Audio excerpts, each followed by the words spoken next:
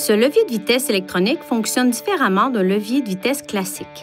Pour vous en servir, placez d'abord le contacteur d'allumage à la position marche. Enfoncez ensuite la pédale de frein, puis appuyez sur le bouton du levier de vitesse électronique et poussez le levier à fond vers l'avant en dépassant le point de résistance, puis relâchez-le pour passer en marche arrière.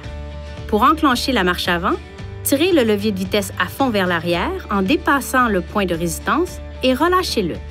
Avec le mode marche avant activé, faites glisser de nouveau le levier de vitesse vers le bas et tenez-le pour activer le mode B. Le mode B peut être utilisé en descente pour appliquer plus de pression de freinage. Pour passer au point mort, poussez légèrement le levier de vitesse vers l'avant ou tirez-le légèrement vers l'arrière pendant une demi-seconde. N'appuyez pas sur le bouton du levier de vitesse électronique. Pour mettre le véhicule à la position de stationnement, appuyez sur ce bouton lorsque le véhicule est totalement à l'arrêt.